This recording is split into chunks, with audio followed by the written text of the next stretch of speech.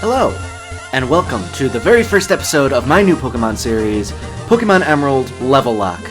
I am Ectric, and we are here in my favorite game of the Pokemon series, and I'm just so excited to be able to start this.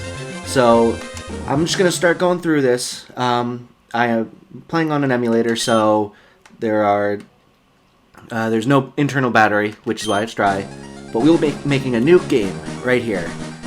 And oh man, this is giving me so many feels. So we're going to be doing a brand new lock type that I invented specifically for this game, not for Emerald in general, but for Pokemon. And I'm very excited to be able to finally do a series of it. I came up with the FIFO lock first, but then I came up with this one fairly soon afterwards. So I will do a quick explanation. The full rules are in the description, and I'm thinking about making short videos of each of the lock types that I do, just so that I can link to those, so that you can just look at a visualized explanation of the rules. But essentially, what the rules of this one are is that I don't get to pick my team. It's not very similar to a normal Nuzlocke, in that I don't get to get the first encounter of every route or anything like that. Essentially what ends up happening is that I randomly generated my team before the series started. I just did a random number generator and picked 6 Pokemon from the Ho Index. And essentially what happened was I have to use those 6 Pokemon, and I can only get them whenever they show up in the actual game. So, for example, if one of the Pokemon that I were to have gotten were to be like a Wilmer, I couldn't get it until I can go surf around Moss Deep and Sootopolis and all that. So, depending on what my team makeup is, it could really screw me over in the early games, or give me really good stuff in the early game and screw me over later. So it really depends. Do I want to be a boy or a girl? Growing up, I used the boy one, obviously, but I kind of recently started liking to use the girl sprite, just because May is a really fun sprite to have. You know what? We'll go with the girl. Why not?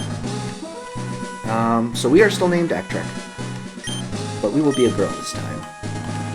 So anyway, basically, my team is made up of those 6 random Mons. Now, obviously, some Mons are going to be evolutions of others, so it's really just those 6 Pokemon evolution lines.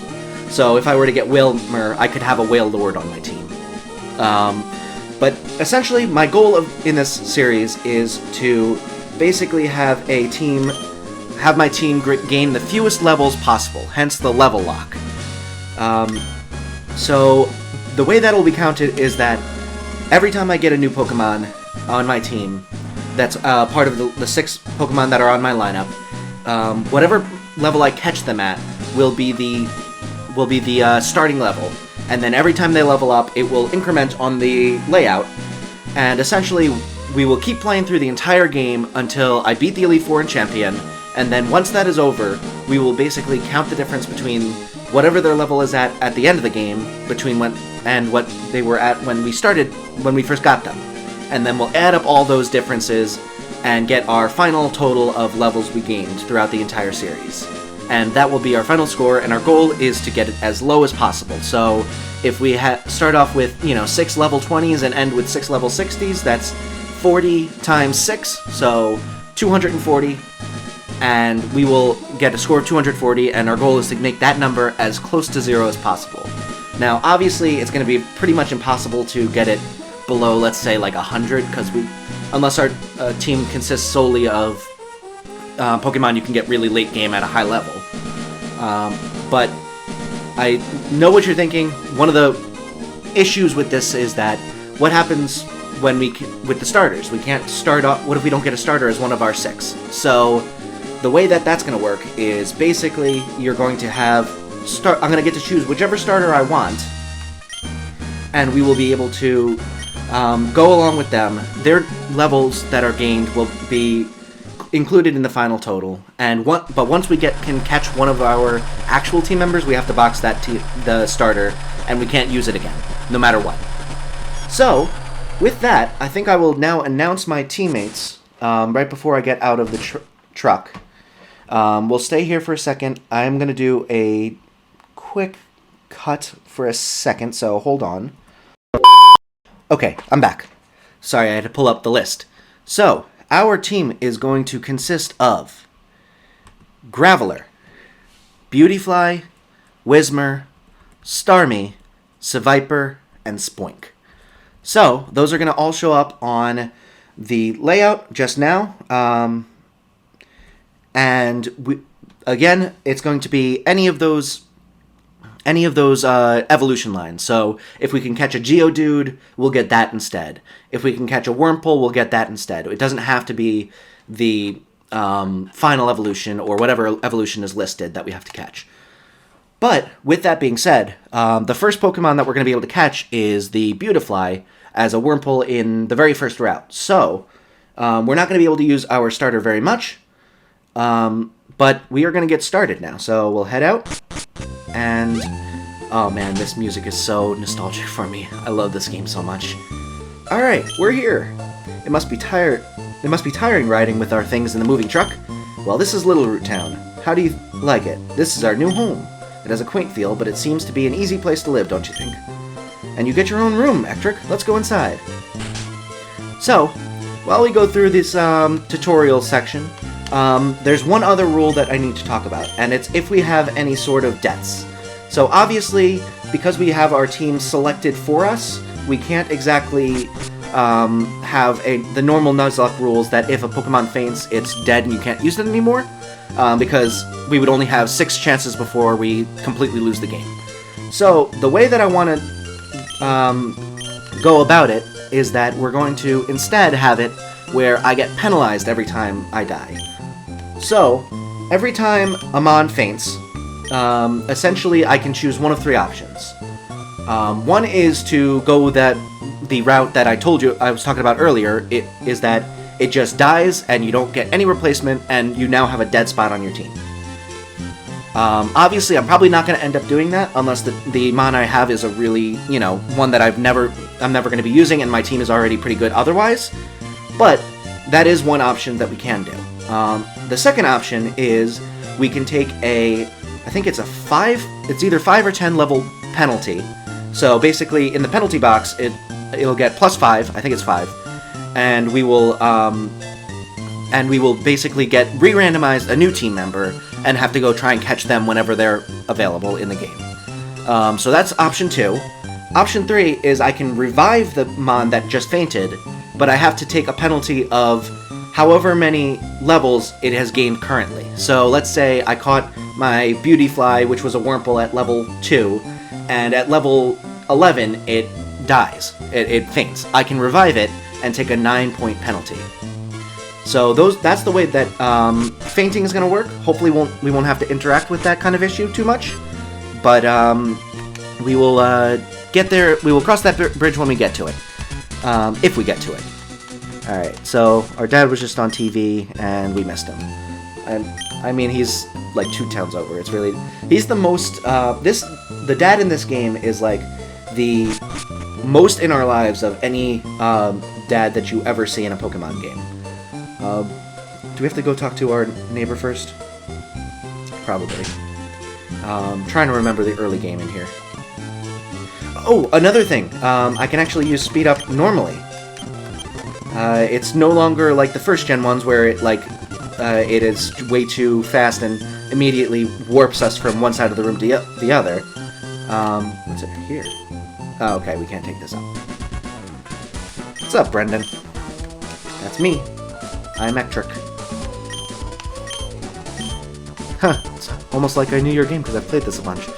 Alright, so I'm gonna just skip through this real quick. So that is going to be the rule set for this Nuzlocke style. It's kind of a bit of a stretch to call it a Nuzlocke style, considering it's, there's no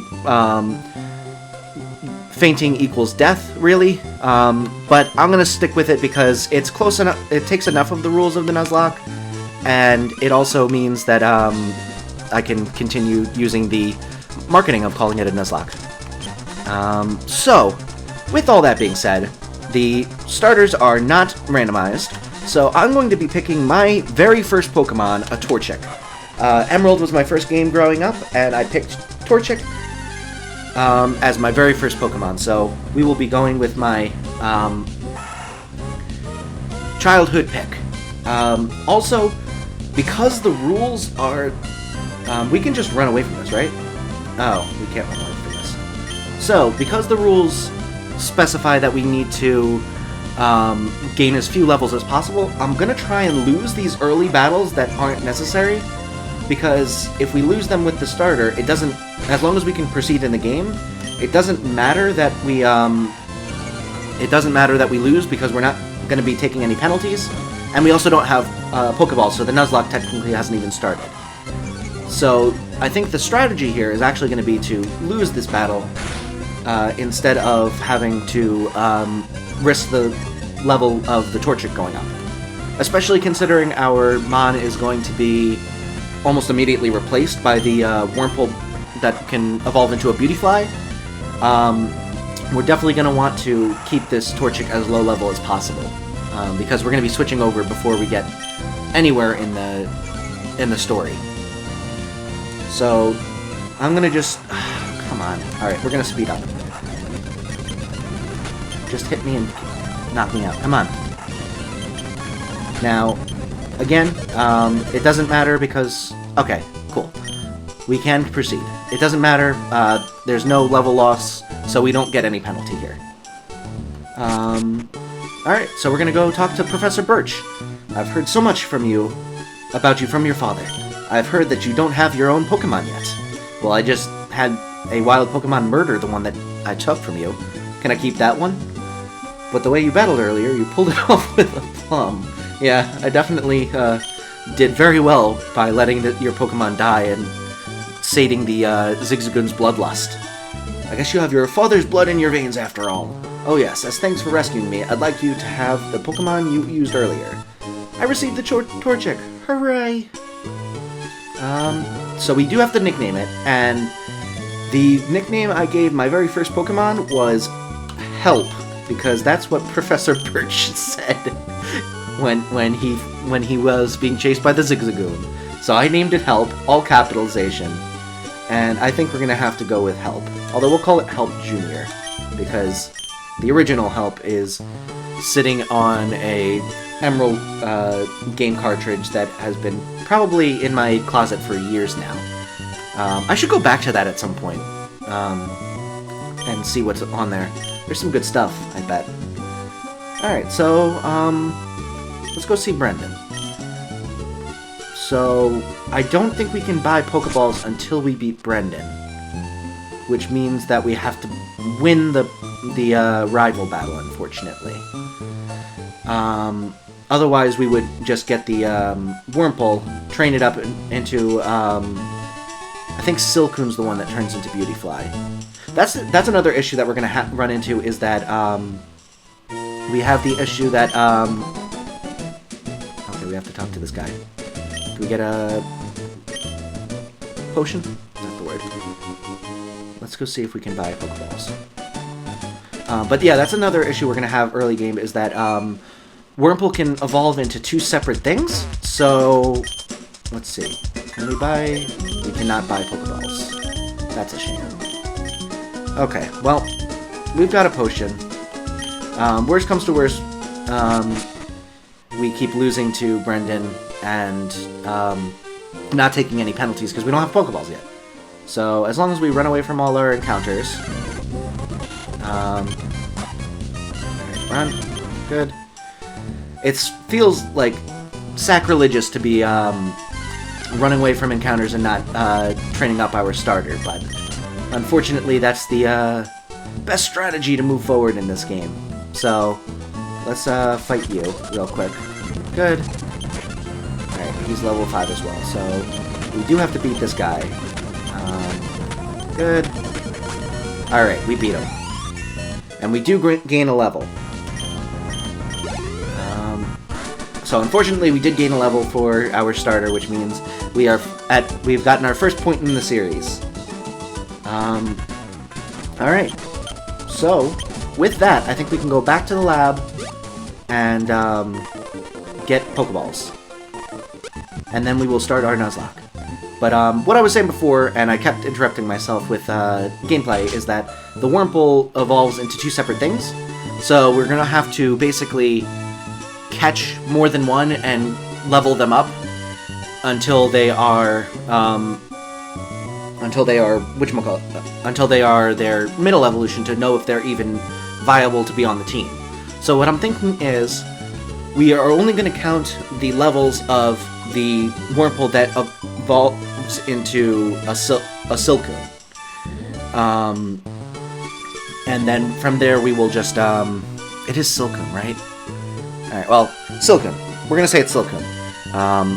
I'll check in between episodes, because we're getting close to the end of this one anyway. But I'm going to basically catch a couple of Wurmples. We'll level them up until we get to their middle evolution, which luckily is only like level 8, I think. And then when we see if it's a Cascoon, we'll just get rid of it, and then if it's a Silcoon, we will release the rest of the Wurmples that we were training up, and box our starter from there. However, if we have them, the only thing that we will be doing is, if they die, we have to release them, regardless of what their level was. So it'll just be a waste of time if they die. So with that, let us go and did we get the Pokeballs? We did. Okay. So with that, our Nuzlocke has officially begun. We should also we have to get the town map, right? Good. Oh, running shoes. Right. Good. Good. Alright. Let's run around. Oh man, this is nice. It's nice to be able to run. Let's go to our PC and get rid of the or pick up the potion withdraw. Yeah, I don't think I randomized it, so that is still a potion, which is useful because early game potions are kind of hard to come by. The nice thing about this playstyle is that we're not going to be wasting too much money on Pokeballs, because we just need to catch the Wurmple to start off. So early game, it doesn't matter at all, really, whether we have Pokeballs.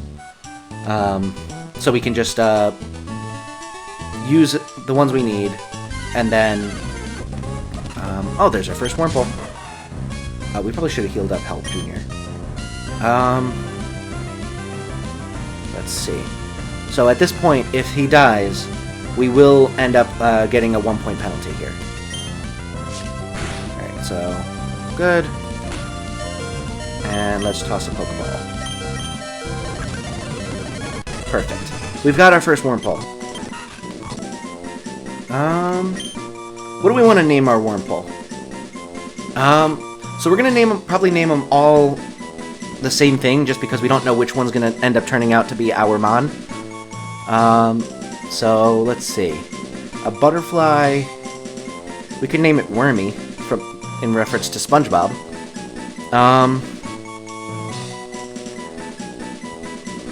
I don't know. That's kind of generic. Wormy. Let's see. So worms, butterflies, nets, basketball. We could also think of Animal Crossing. Basket weaving, underwater basket weaving.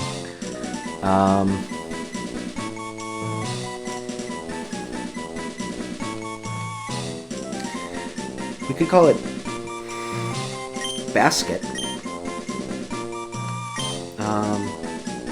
Yeah, we'll call it... oh, it's a guy, though. I was going to name it Basket.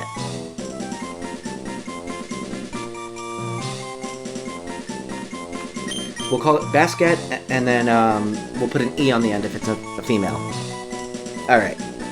With that, we have named our first Pokemon. Let's start training them up. Oh, let's heal up first, though. Go talk to our mom real quick. Good. Good. And we're all healed up. Okay, so let us try training up the Wurmple a little bit. See if we can't get him to evolve real quick. Alright. Poochyena, huh? Oh, I should probably switch out. You know what? We'll run away real quick. And we'll switch our Wurmple up front. Oh. Male? What does it say? Nothing. So we've got male. Apparently that was our starter's held item. Useful. Switch. And we've got basket. Alright. Let's fight this Zigzagoon. Tackle.